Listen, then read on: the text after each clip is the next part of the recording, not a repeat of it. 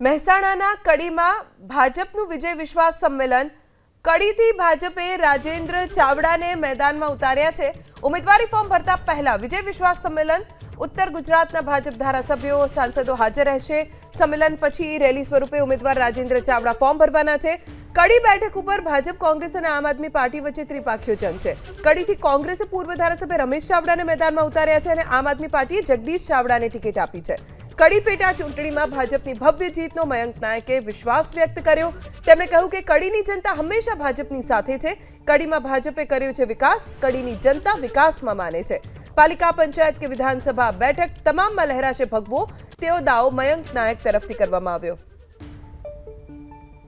કડી વિધાનસભા બેઠક જ્યાં કરસન સોલંકીનું અવસાન થતા બેઠક ખાલી પડી હતી। ભાજપ, કોંગ્રેસ અને આમ આદમી પાર્ટી ત્રણેય વચ્ચે ત્રિપાખીયો જંગ હવે પેટા ચૂંટણીમાં યોજાવાનો છે।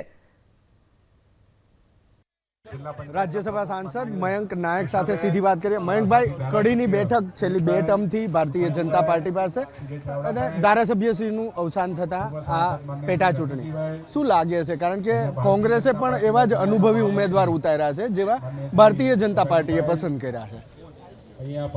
मान्य करसनभाईनी अवसानने कारणे आ कड़ी विधानसभानी बैठक खाली थई અને એની આ પેટા ચૂંટણીમાં ભારતીય જનતા પાર્ટીએ રાજેન્દ્રભાઈ ચાવડાને ટિકિટ આપી છે।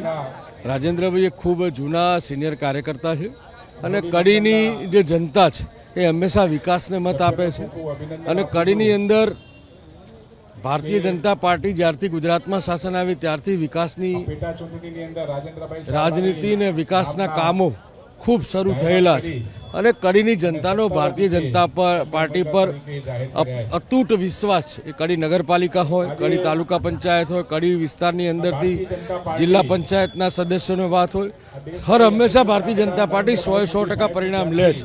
અને આ વખતે પણ માન્ય નરેન્દ્રભાઈની વિકાસની કામગીરી, ભૂપેન્દ્રભાઈની વિકાસની કામગીરી, અમારા પૂર્વ નાયબ મુખ્યમંત્રી નીતિનભાઈ સાહેબની વિકાસની કામનીતિ, અહીંયા સહકારી જે સંસ્થાઓ છે એનાથી વિકાસની જે કામો છે, ઇન્ડસ્ટ્રીયલ ગ્રોથ છે, એજ્યુકેશનલ ગ્રોથ છે, એના જોતા કડીની પ્રજા ભારતીય જનતા પાર્ટીના ઉમેદવારને ખૂબ મોટી બહુમતી વિજય બનાવવાની છે। अच्छा, आम आदमी पार्टी पण आज वखते मैदाने छे, साथे ज शंकरसिंह वाघेलानी पार्टीना उम्मीदवार पण छे। શું લાગે છે કેટલું ટફ પડી શકે અથવા મતો કેટલા વેચાઈ શકે? આમ આદમી પાર્ટી લડતી હોય કે બીજા અન્ય કોઈ પક્ષ હોય, લોકશાહીમાં બધાને લડવાનો અધિકાર છે। કડીની જનતા જ નક્કી કરશે કે કોની સાથે જવું છે ને કેટલા મત આપવા છે। અચ્છા, ઉમેદવારો વધી જાય, પક્ષ વધી જાય ત્યારે દરેક પક્ષની મહેનત વધી જતી હોય, તમને એવું લાગે છે કે ભાજપની મહેનત આ વખતે વધી જશે? હું નથી માનતો કે ભારતીય જનતા પાર્ટી, કારણ કે ભારતીય જનતા પાર્ટીનો કાર્યકર્તા એ સદાય પ્રજા વચ્ચે રહે છે। એ કોઈપણ પ્રજાનું કોઈપણ પ્રકારનું કાર્ય હોય, એ કોરોનાનો સમય હોય, આફતનો સમય હોય, પૂરનો સમય હોય, વાવાઝોડાનો સમય હોય, ભારતીય જનતા પાર્ટીનો કાર્યકર્તા હંમેશા પ્રજા વચ્ચે જ રહે છે અને એકલા ચુનાવની રાજનીતિ કરતી। એટલે ભારતીય જનતા પાર્ટીનો કાર્યકર્તા હર હંમેશા પ્રજા વચ્ચે રહે છે ને પ્રજાની સામે જે વિકાસની વાત છે, એકબીજાને સુખ દુઃખમાં ભાગીદાર થવાની વાત છે, એટલે ભારતીય જનતા પાર્ટી સંપૂર્ણપણે વિજય મેળવવાની છે।